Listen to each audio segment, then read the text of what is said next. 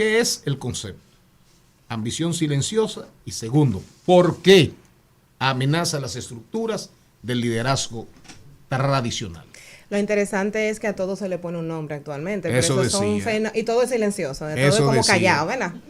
Pero eso es algo que no se está dando solamente ahora, y no solamente son con las generaciones millennials y Z. Es algo tan sencillo como que si yo tener una posición de mayor envergadura o de liderazgo va a significar que tengo que sacrificar mi vida, mis intereses personales, más horas de trabajo que no se compensen con el salario, porque esa parte no la podemos dejar fuera, pues no me interesa esa posición. Se supone que estamos aspirando a aplanar más las estructuras organizacionales, no que sean más verticales, sino más horizontales. Pero ¿qué es lo que pasa? Una de las razones de esta famosa ambición silenciosa es que, tú me vas a promover, pero ¿qué esto implica? Bueno, ustedes recuerdan a Spider-Man que decía que un gran poder conllevaba una gran responsabilidad. Bueno, una posición de mayor envergadura, de mayor responsabilidad, no necesariamente está directamente proporcional relacionada con la remuneración económica, pero sí con lo que implica mi dedicación. Más tiempo, mayores compromisos, más estrés, más dolores de cabeza. Y otra cosa que preocupa es que el síndrome del impostor tiene como una parte aquí que dice, ¿estaré realmente yo listo o lista para supervisar a otras personas? Yo tengo con una conocida, voy a traer esta historia, que ella trabaja en un lugar, tiene 20 y pico de años trabajando en una entidad bancaria. Yo le decía, pero tú tienes tantos años ahí y tú sigues siendo como analista. Ay, no, es que a mí no me interesa supervisar gente. ¿Y por qué tú no quieres supervisar personas? Es que yo siento que yo no voy a tener paciencia. Y cuando yo comencé a conversar con ella y a indagar y como que a profundizar más, es un temor a no hacerlo bien. Es un temor a tú salir de esa zona de confort en la que tú eres operativo, en la que tú te comes eso, ya tú sabes, tú lo manejas al dedillo. Entonces, a lidiar con supervisar personas, así realmente esas personas que eran mis pares, que ahora yo los voy a supervisar, me van a asumir y me van a asimilar. Si no, me van a hacer la vida imposible. Si realmente yo voy a hacerlo bien, si voy a dar la talla. Entonces, hay muchos elementos involucrados ahí en el tema de cuando una persona dice que no le interesa asumir un cargo, un rol mayor. Entonces hay que investigar qué pasa. Si es un tema de yo no quiero o no sé. Si es un tema de que el salario no se corresponde con lo que la gente tiene que hacer. Tenemos que trabajar también en base a que las personas no son un bien que le pertenece a las empresas. De que una gente tiene que estar 12, 14 horas, porque antes era un orgullo tú decir, ay, yo no tengo fin de semana. Yo me pasé el fin de semana trabajando. Como un animal. Exactamente, como si no tuviera familia. No tengo vida, no tengo familia. Error grave. Y eso era un orgullo. Claro, error grave. Wow. Claro. Óyeme, yo soy dueño casi de esta empresa. Yo he dejado la vida aquí. Hasta que lo cancela. Señores, no. Hasta que le pasa como al de Tesla. Exacto. Al joven, al de Tesla, que dormía en el carro, comía, recalentaba, etcétera, etcétera, etcétera, etcétera, etcétera. Pero también hay otras cosas detrás de eso, no es solamente el tema laboral, es que hay veces que personas no tienen nada fuera del entorno laboral, porque lo han perdido. Porque han estado tan metidos en la organización que los amigos se le alejaron, que no se reúne con la familia, porque todo ha sido el trabajo. Yo estuve ahí en un momento en que yo me perdía los cumpleaños de todo el mundo. Yo era como esa persona desconocida de la familia porque todo era trabajo. Él aparece cuando aparece. Exactamente, era solo trabajo. Lo único que mi mentalidad fue cambiando. Yo recuerdo que cuando yo renuncié a un trabajo, había una persona que me decía, tú vas a renunciar con tan buen pago que tú tienes ahí. Que yo le decía, no, pero es que mi vida yo la estoy perdiendo ahí. Además de que ya no estaba conectada con la organización, yo no tenía vida. Eso de, tú sabes que ahora tú entras, pero tú no sabes ahora que tú sales. Eso de que un poema, no, para mí eso no es un poema. O sea, eso es tóxico totalmente. Entonces, por eso es que hay personas que no les interesa tener un cargo de mayor envergadura. Ambición silenciosa básicamente es entonces que tú sí tienes la visión de crecer, pero en verdad tú no quieres lo que trae. Entonces hay que cambiar la cultura de la organización. Porque lo que pasa es que estamos viendo el área de que le echamos o le endilgamos la responsabilidad solamente a una parte. Y eso, pero esto es un matrimonio. Eso no se debe mucho a que en este país, tú hablas de este país porque yo no me he trabajado aquí. Cuando tú estás en empresas, sufren mucho de que tú tienes una posición, vamos a decir, tú eres coordinador o soporte. Pero en verdad tú tienes la responsabilidad de todo el que está en el departamento. O sea, tú eres el soporte, el coordinador, el gerente. Luego te dicen de subirte el puesto, yo hago todo eso como quiera ya.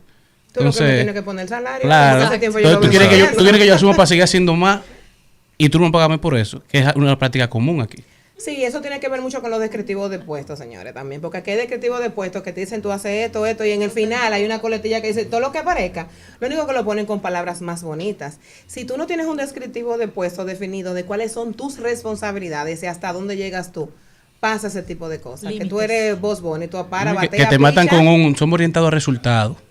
No, pero eso está muy bien. Cuando tú eres orientado a Sí, resultados. pero agarrado de la mano todo y todo lo mismo. Exacto. No orientado a resultados para Exacto. sugestionarte de que hay que hacerlo. No una Ajá. plancha de Tú solo. ciñiéndose de lado. Claro. Conozco un caso de una persona que, un ejemplo, yo soy amiga de Carlos y también Juango. Y yo sé que Juango para lo que me va a dar, lo voy a poner en un sitio que súper bien.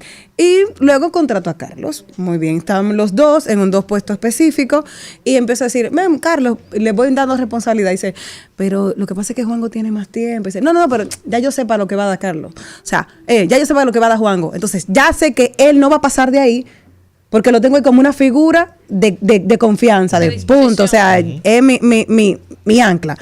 Y toda la responsabilidad se la doy a Carlos. Eso suele también pasar en las empresas. O sea, yo sé que él es mi ancla porque es amigo mío, lo tengo ahí, pero no va a crecer. O sea, sé que sus capacidades ya, o sea, llegó, ya él va a dar lo que iba a dar, punto. Y yo siempre le estoy echando maíz a a eso dentro de una empresa. Se puede ver ese Claro, tipo de eso se da cosas. sumamente Muchísimo, frecuente. mucho. Pero tú ¿Qué se tienes- hace en esos casos? para que Porque él no quiere moverse de acá. Pero tú tienes que tener mecanismos en los que tú les evidencies a él en qué es bueno, qué tiene que mejorar y que él esté claro de que él no mejora en eso porque él tomó la decisión. Juango, en el caso de Juango, que es el que está estancado en el puesto. Exactamente. muchacho. Tú Para tienes ponerle que el tener- ejemplo que hemos ilustrado. No eres tú, Juanjo, no te sientas. No, Figurativamente porque claro, hablando. señores, porque nosotros estamos señalándonos y la gente nos está escuchando. Por Exacto. eso voy dando los ejemplos de quién es quién, de quién ella está refiriendo en este caso. Exactamente, mira, por ejemplo, las evaluaciones de desempeño son sumamente importantes para ese tipo de cosas. Porque que tú no puedes decir que "Ay, el aire va para acá, Juanjo no fue para este lado". No, tú tienes tus metas, que son las partes duras, pero también hay competencias que tú tienes que evaluarle a él. Orientación a resultados, servicio al cliente, pensamiento crítico y analítico, que estamos flojos en esa parte, porque nos forman en las universidades, en los colegios para memorizar, pero no para pensar, y cuando piensas te caquean. Sí. Entonces, cuando tú haces esa evaluación del desempeño, que tú te sientas con Juanjo y tú le dices, mira, tenemos estas brechas, Juanjo, que tenemos que Mejorar. trabajar, Que pero asumir. ¿a dónde tú te ves aquí en la empresa? No, yo no quiero salir de aquí. Ok, ¿por qué tú no quieres salir de esa posición? Entonces tú tienes que entender por qué él no quiere salir de esa posición. Puede ser que él se sienta cómodo o que él tenga miedo de defraudarte inclusive a ti como supervisor. O de él defraudarse, o tal vez él ni siquiera confía en él. Entonces, por eso es que es un asunto entre dos, entre ese supervisor, ese líder y el liderado. Vamos a trabajar. Ok, tú no quieres crecer más de ahí, pero vamos entonces a construir un perfil más fortalecido de ti. Porque tú no quieres un profesional que entre con dos habilidades y se quede toda la vida con esas dos habilidades. Porque entonces tú estás fomentando un profesional que no va a avanzar. Y tú también estás dañando el mundo laboral, porque cuando él salga de ahí, No, le va a caer otra empresa a sí mismo. Igualito. a los Repetir, supervisados repetir. sí, Hay un asunto que a mí me interesa saber. Las empresas, ¿qué es lo que lleva a las empresas a darle temor el hecho de cambiar la metodología? Como decía Carlos ahorita. Es difícil, y aquí tengo rato haciendo señas con azul, aquí entre nosotros. Es difícil para nosotros entender que tenemos que tener nuevas responsabilidades, nuevos retos, quizás un título más bonito, pero la remuneración se queda en el mismo lugar. ¿En qué momento o qué es lo que detiene a la empresa de dar ese siguiente paso de que si tú tienes mayor responsabilidad, tienes mayores ingresos? Todo hay que cuantificarlo, señores, porque que también tenemos que dejar el romanticismo. Exacto. Tú tienes que tener indicadores que te permitan medir cómo la gente, si se conecta con la organización, cuando tú le haces un reajuste salarial, tienes menos rotación. La rotación, el reclutamiento es el subsistema de recursos humanos más costoso. Reclutar a una persona no es solamente de que te llamé, te puse una prueba y te recluté, no. Hay muchos recursos económicos que se invierten porque es tiempo y el tiempo es dinero. Hay una curva de aprendizaje que es tiempo y eso es dinero también. Pero también eso impacta en la marca empleadora de la organización porque la gente se está yendo de ahí. ¡Ay, eso es un maco! O sea, la gente no quiere trabajar ahí y se te hace más difícil captar talentos. Ahora, cuando es todo lo contrario, la gente llega sola.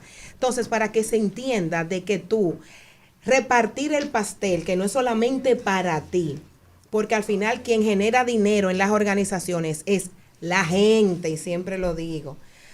Aunque suene un poco cruel, la gente que hace que usted tenga dinero en los bolsillos. Entonces, ese es el recurso que tú tienes que impulsar y tú tienes que dejarle caer su grasita para que la gente se conecte con la organización y que la gente entienda que es valorada. Ahí viene la remuneración económica, la formación, el desarrollo, los planes de carrera para que tú fidelices a la gente, porque al final tú no quieres que la gente se vaya. No. Sobre todo si producen y son buenos. Y Y agregan valor. Y conocen la Y organización. suman y son Que correspondidos. De la fuga de dinero más grande de las grandes empresas son las rotaciones altas. Claro que Así sí. es. Luisa Benjar, la ambición silenciosa. ¿Cómo seguir esta conversación contigo? Sí, pueden seguirme en mis redes sociales, en Instagram, Luisa Benjar, tengo que deletrear el apellido siempre, Luisa B alta ERNHARDT, tanto en Instagram como en LinkedIn, y ahí Benjar. pueden conectar conmigo, pueden conectar a través de mi WhatsApp, y al final lo que yo busco es crear lugares increíbles para trabajar, donde la gente se quede porque quiere y porque no tiene de otro Así dónde comer. es. Mire ese apellido. Busque ahí usted que cree que sabe mucho. Yo. De San El Pedro que de sabe Macorís. Google. Ese apellido es No. de la Sultana del Este. El tío Así mío. mismo, ¿eh? El De que la sabe ciudad Google. de la provincia del Guavaberri.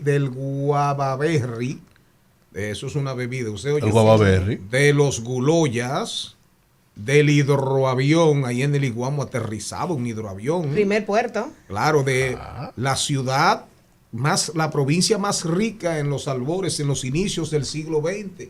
Usted no lo sabía. Y ese apellido tiene hasta peloteros, Sí, el claro. Benjar. Pero además, hay una actriz, una actriz francesa famosísima, de Sarah Benjar, hermosísima, oye, ya lo encontró. Sarah Benjar, esa es la que llevaba el apellido más famosa de la historia.